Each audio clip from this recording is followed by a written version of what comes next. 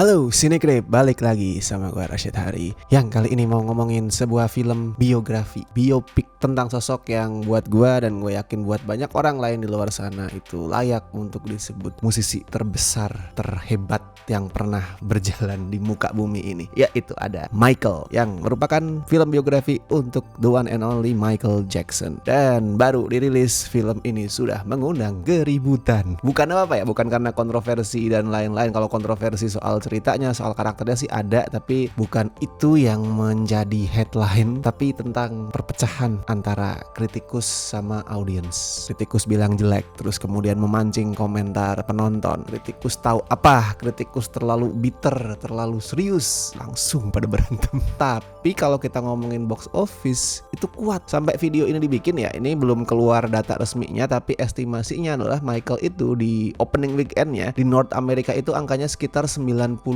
juta, hampir 100 juta, which is itu adalah angka terbesar kedua tahun ini, cuman kalah dari Super Mario Galaxy, men. Walaupun kalau kita ngomongin di Indonesia somehow nggak jalan ya, gue nggak tahu kenapa. So far tuh penontonnya dari yang gue lihat cuman 44.000 tuh flop di Indonesia. Padahal kalau kita ngomongin Bohemian Rhapsody, which is sama-sama film biopik dengan level musisi yang ya bisa dibilang setara, itu sukses. Bohemian itu tembus 1,3 juta loh waktu itu. Gue nggak ngerti kenapa, apakah di Indo emang fansnya Queen itu jauh lebih banyak daripada Michael Jackson? Kayaknya enggak sih, tapi nggak tahu datanya gimana. Atau mungkin karena orang Indonesia itu lebih familiar sama Michael Jackson yang itu ya udah banyak operasi, yang udah lebih putih kulitnya. Sedangkan film ini kan menyoroti era-era awal karir dia tuh, sebelum album Bad ya, masih album Thriller ke belakang. Bad ada sih tapi untuk ending doang. Apa karena itu, karena orang-orang tuh ngerasanya wah ini bukan Michael Jackson yang terkenal di sini nih. Nggak nonton gue nggak tahu kenapa. Kalau gue sendiri sih termasuk yang kecewa sama ini film ya. Gue nggak berharap yang gimana-gimana. Gue tahu ini adalah film biopik yang pendekatannya itu mainstream. Dan gue termasuk orang yang akan terus defending Bohemian Rhapsody. Gue nggak bilang Bohemian Rhapsody adalah biopik yang keren banget. No,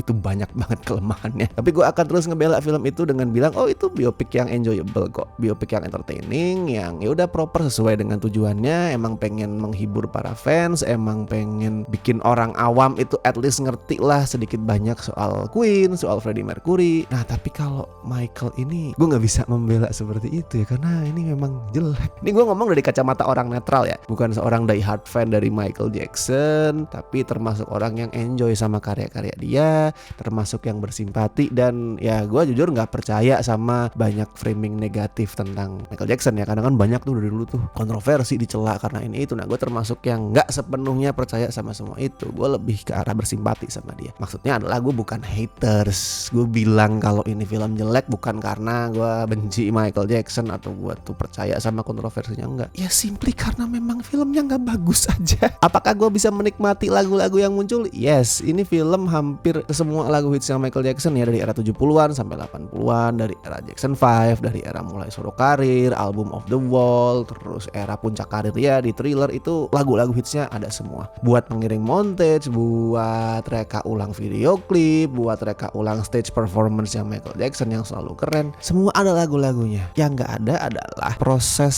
ajaib magis tentang penciptaan lagu-lagu itu. Padahal ya kalau kita ngomongin lagunya Michael Jackson, even lu sebut satu lagu aja itu pasti kayak mengundang banyak pertanyaan tentang lagunya, entah tentang teknisnya, tentang liriknya. Dan gue berharap itu dieksplor karena itu adalah sesuatu yang pasti magis banget, men. Gue pengen lihat seorang Michael Jackson tuh gimana sih, kok dia bisa menyusun karya-karya sekeren itu pada saat dia di studio, pada saat dia lagi nulis lagu, nulis lirik, itu gimana. Misalkan dari mana nama Billie Jean itu bisa pertama kali muncul di kepala dia. Gimana Michael Jackson bisa ngotak-atik aransemen dengan sebegitu kreatif sampai kerasa revolusioner untuk musik pop pada zaman itu. Bahkan sampai sekarang kalau lu dengerin lagi lagu-lagunya masih kerasa lebih maju dari zamannya. Itu semua gak dilihatin. Kayak filmnya cuma memandang sosok Michael Jackson sebagai produk yang punya nilai komersil tinggi, bukan sebagai musisi paling jenius sepanjang masa yang layak buat digali isi kepalanya untuk diteliti. Ini kok bisa orang sejenius ini tuh dari mana? Gue ngeliat di sini Michael tuh direduksi lah istilahnya ya,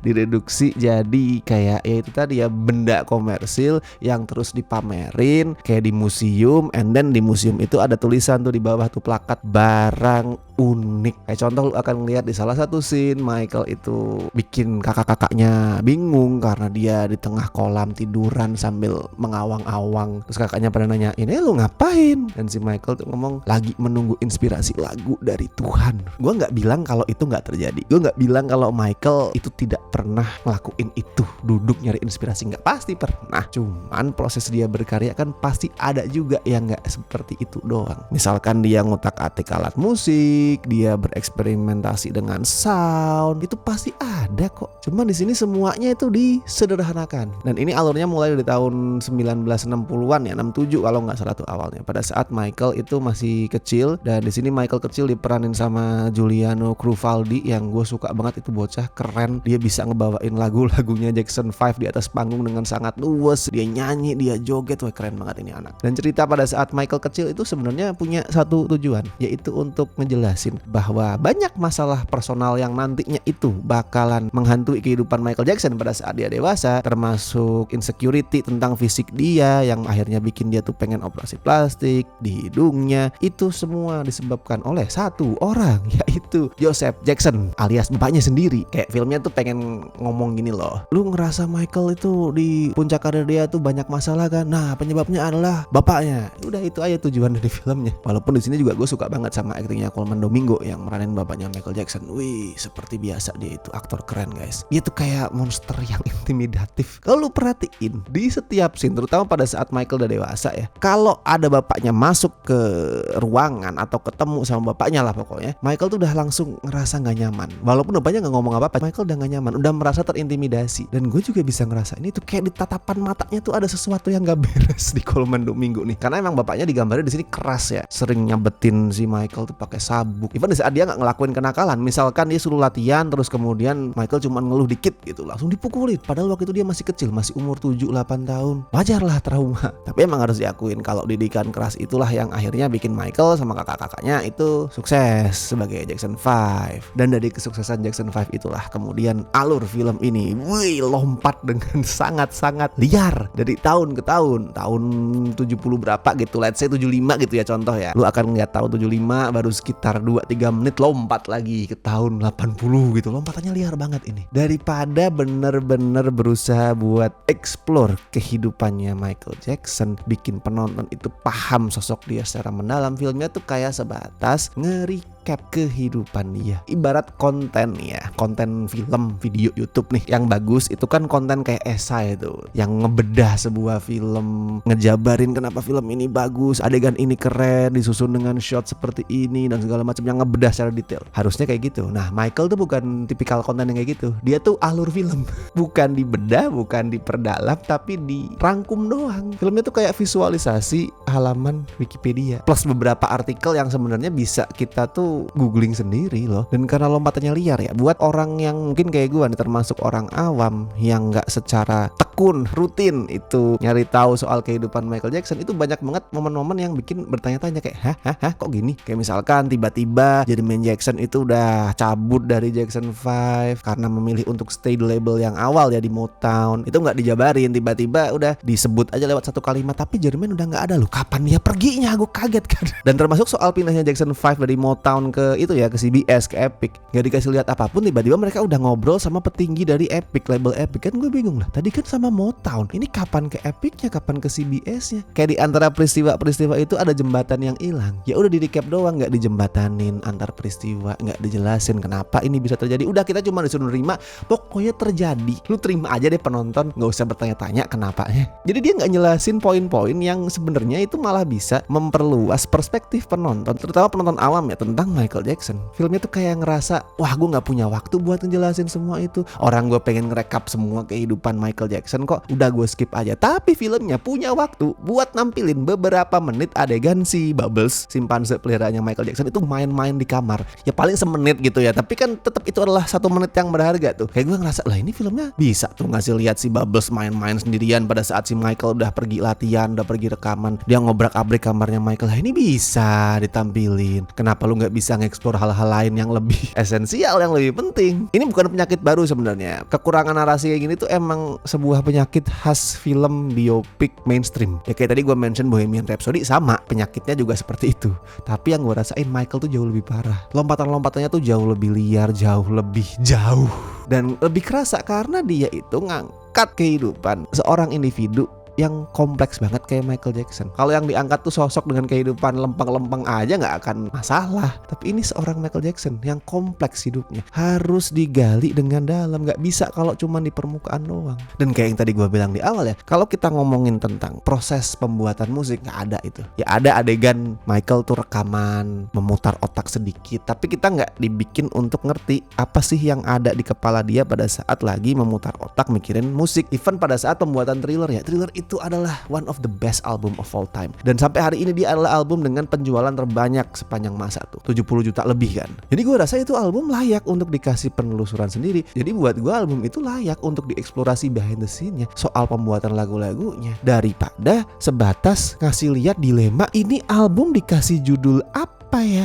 Ya itu gue pengen tahu, tapi kan bukan hal-hal seperti itu yang mestinya difokusin, man. Itu hal-hal yang remeh sebenarnya. Gue akuin lagunya asik-asik, jelas lagunya Michael Jackson. Pada saat filmnya nampilin lagu apapun itu ya, even lagunya Jackson 5 yang banyak juga yang gue nggak tahu. ABC gue tahu, tapi kalau yang lain banyak yang gue nggak tahu. Tetap gue ngerasa asik nih lagu. Tapi kan itu bukan pencapaian dari filmnya ya. Itu pencapaian Michael Jackson sendiri. Lagunya bagus. Filmnya tuh cuman bikin playlist terus diputerin ke kita. Jadi buat gue itu bukan kelebihan. Oke lah, sutradaranya Antoine Fuqua itu bisa ngelakuin reka ulang ke video klipnya Michael Jackson, Thriller terutama ya, terus stage act-nya dia dengan cara yang bagus, dengan kelihatan keren secara visual, mirip sama yang asli. Kata kuncinya ada di mirip tuh. Mirip kan berarti si Fuqua itu tinggal dalam tanda kutip ya ngejiplak versi asli yang udah ada. Ini gue gak mengecilkan pencapaiannya Fuqua, gue gak bilang wah gue juga bisa tuh kalau cuma gitu. Enggak, gue tahu itu susah banget men.